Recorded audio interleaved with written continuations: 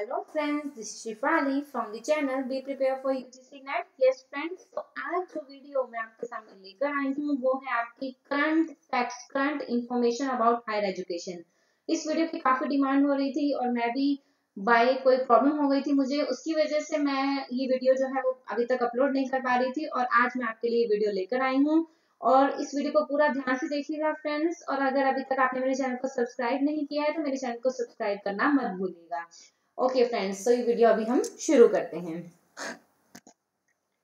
सबसे पहला जो यहाँ पर करंट मैटर हम स्टडी करने वाले हैं वो है आपका conference on academic leadership on education for resurgence. Resurgence के लिए एक अभी कॉन्फ्रेंस हुआ है एकेडमिक लीडरशिप एजुकेशन पर।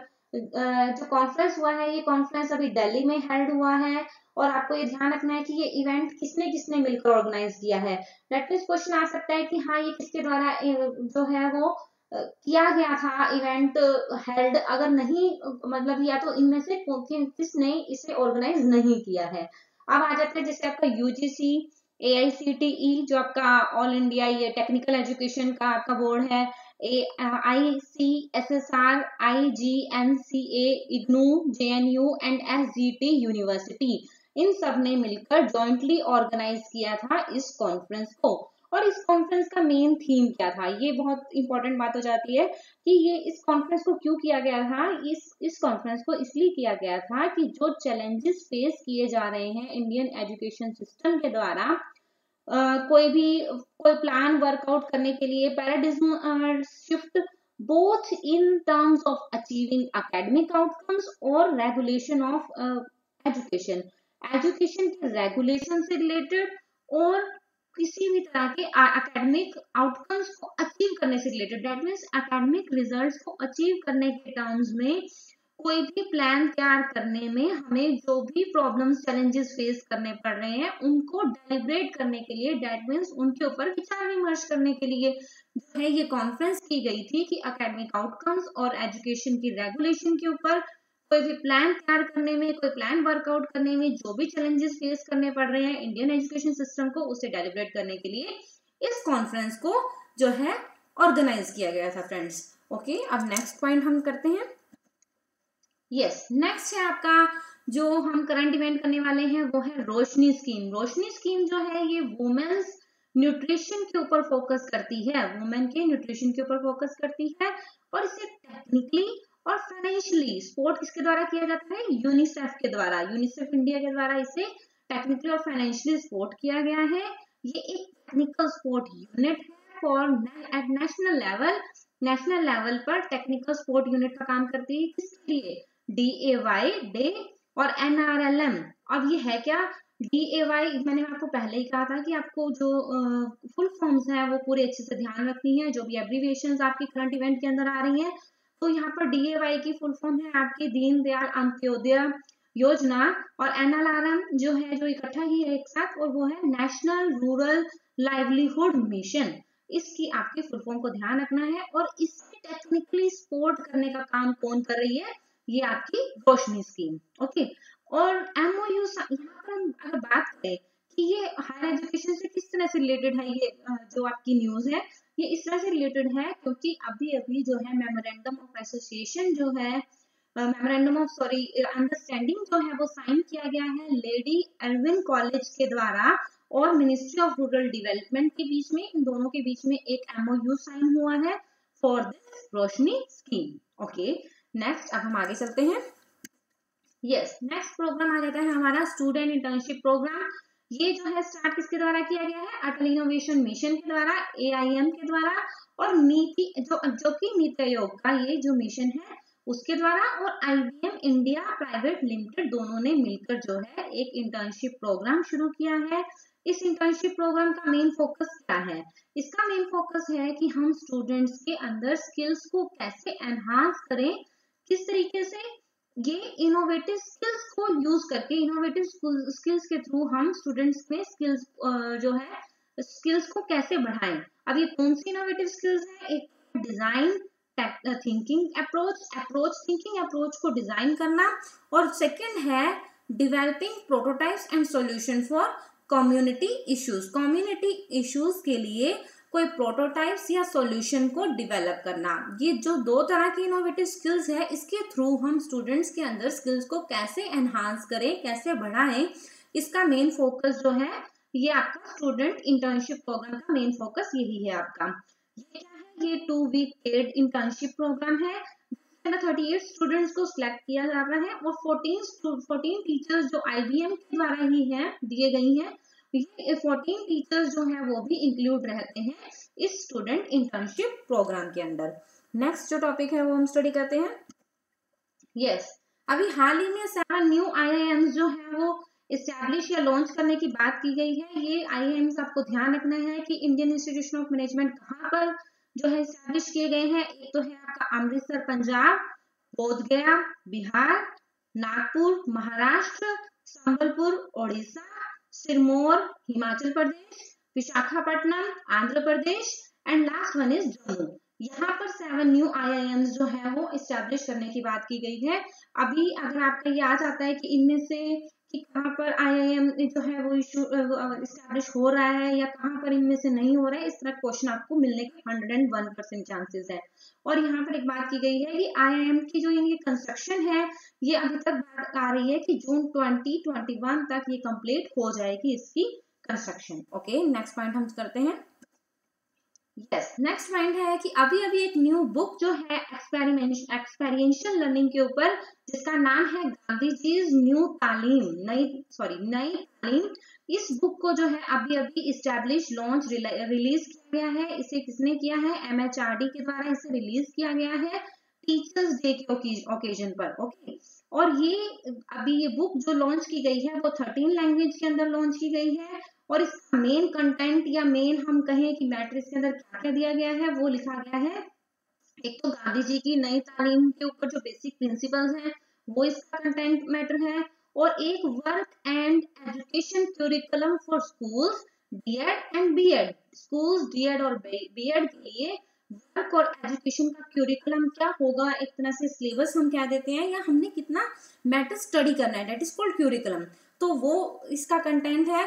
और उसके बाद फैकल्टी डेवलपमेंट प्रोग्राम जो है टीचर के लिए, वो भी इसका कंटेंट मैटर के अंदर डाले गए हैं। ओके, अब नेक्स्ट पॉइंट पे हम चलते हैं।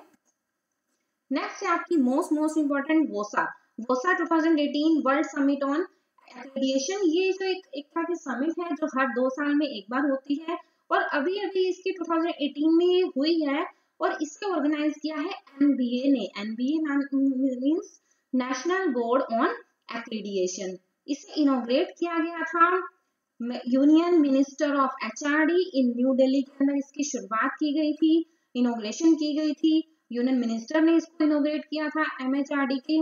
और उसके बाद जो हमारे की अगर हम बात करें, जो मेन फोकस मैंने आपको बोला होता है, मतलब कि जिसके ऊपर क्वेश्चन आना के बहुत चांसेस होते हैं, जो वोसा की थीम है वो ये है challenges and opportunities in outcome based accreditation.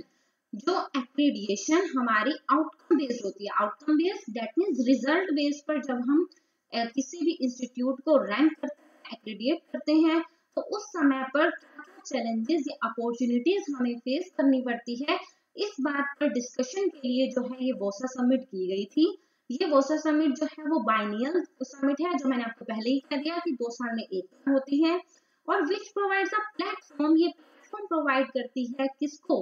Stake holders को, दैट मींस जो इंटरेस्टेड पार्टीज हैं उनको एक प्लेटफॉर्म प्रोवाइड करती है कि अगर वो एक्रेडिटेशन से रिलेटेड अपनी कोई भी नॉलेज या इंफॉर्मेशन जो है वो इस प्लेटफॉर्म पर आकर उसे शेयर कर सकते हैं। ये है आपकी वोसा समिट। ओके, नेक्स्ट आ जाती है हमारी नेशनल स्कॉलरशिप पोर्टल ऐप। ये ऐप जो है इसके अंदर क्या है कि ये ऐप हमें प्रोवाइड करवाती है, हम जो स्टूडेंट्स हैं उनको स्कॉलरशिप की फुल इंफॉर्मेशन प्रोवाइड करवाती है। इस ऐप के द्वारा स्टूडेंट जो है वो स्कॉलरशिप के लिए अप्लाई भी कर सकते हैं ऑनलाइन। किस तरीके से? जो भी नेसेसरी डॉक्यूमेंट्स हैं उन्हें अपलोड करके वो इस ऐप के थ्रू जो है वो अप्लाई भी कर सकते हैं किसी भी स्कॉलरशिप के लिए। और अंडर इट स्कॉलरशिप अमाउंट जो है वो भी आपका बैंक अकाउंट में डायरेक्टली ट्रांसफर किया जाता है। और जिस टेक्नोलॉजी का यूज करके ये जो है अकाउंट आपके अमाउंट जो है स्कॉलरशिप का ट्रांसफर किया जाता है उसे हम कह देते हैं DBT, जिसकी फुल फॉर्म है डायरेक्ट बेनिफिट ट्रांसफर। और मिनिस्ट्री द्वारा, मिनिस्ट्री ऑफ अफेयर्स के द्वारा 2 कमिटमेंट जो है यहाँ पर इस स्कॉलरशिप ऐप के थ्रू की गई है। वो दोनों जो आपकी कमिटमेंट है वो 3T और 3E की फॉर्म में की गई है। ये काफी इंपॉर्टेंट है, आपको ध्यान होना चाहिए कौन है ये 3T और कौन है 3E।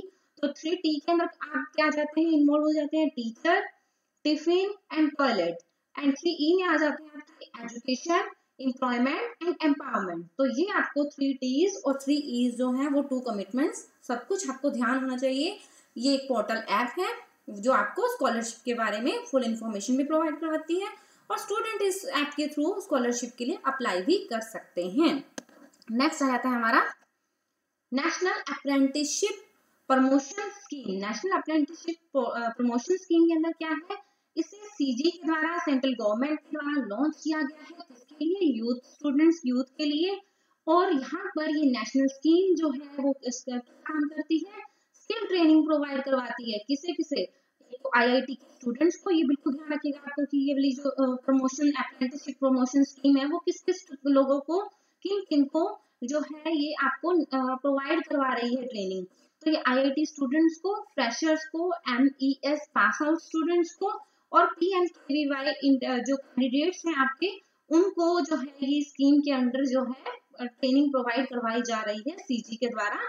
और इस नेक्स्ट स्कीम का जो टैगलाइन है वो आपको ध्यान रखना है, जो कि है कौशल भारत कुशल भारत। ओके, नेक्स्ट आ जाता है आपका कि यूनिवर्सिटीज को अभी अभी ऑटोनॉमी प्रोवाइड की गई है। ये ऑटोनॉमी जो है वो कितनी यूनिवर्सिटीज को और कौन कौन सी कितने नंबर्स की यूनिवर्सिटी को प्रोवाइड की गई है, ये आपको ध्यान रखना चाहिए।